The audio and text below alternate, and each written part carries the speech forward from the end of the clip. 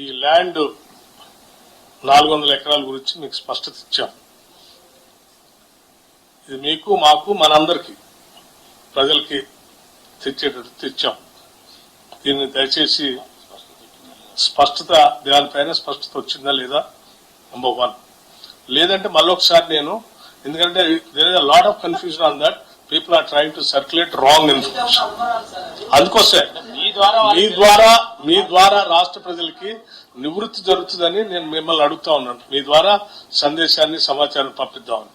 అట్లాగే ఇప్పుడు మా రెవెన్యూ మంత్రి గారు కూడా చెప్పారు కదా, ఇప్పుడే ఆ యూనివర్సిటీకి సంబంధించిన మాజీ ప్రొఫెసర్స్, జేఏసీ సభ్యులు, కొద్దిమంది విద్యార్థులు అందరూ వచ్చి రిప్రజెంటేషన్ కూడా చేశారు.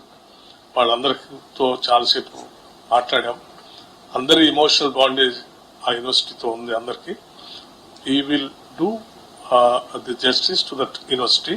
సేమ్ టైం ఆ యూనివర్సిటీలో కొద్దిమంది విద్యార్థులకు సంబంధించిన సమస్యలు ఉన్నాయి, అవి కూడా మా దృష్టి తీసుకొచ్చారు. తప్పనిసరిగా ఆ పోలీసు కేసు గురించి కొంచెం విత్డ్రా చేసుకోమని ఒక రిప్రజెంటేషన్ ఇచ్చారు వాళ్ళు. దానిపైన కూడా రాష్ట్ర ప్రభుత్వం పరిశీలన చేస్తుందని చెప్పాం.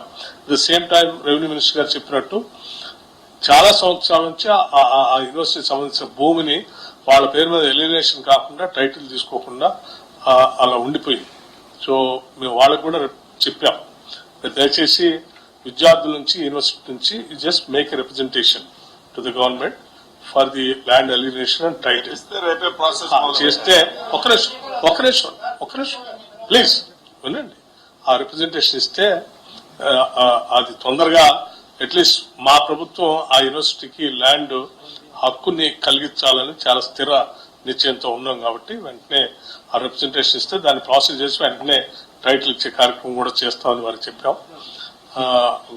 విద్యార్థులందరికీ కూడా విత్ లార్జ్ హార్ట్ నేను చెప్తా ఉన్నాను, ఈ యూనివర్సిటీ మంది, ఈ రాష్ట్రం మంది, దయచేసి ఏ సమస్య ఉన్నా కానీ కూర్చొని మాట్లాడుకుని సార్ట్అవుట్ చేసుకుందాం. Don't get into the trap of political కాన్స్పిరటర్స్.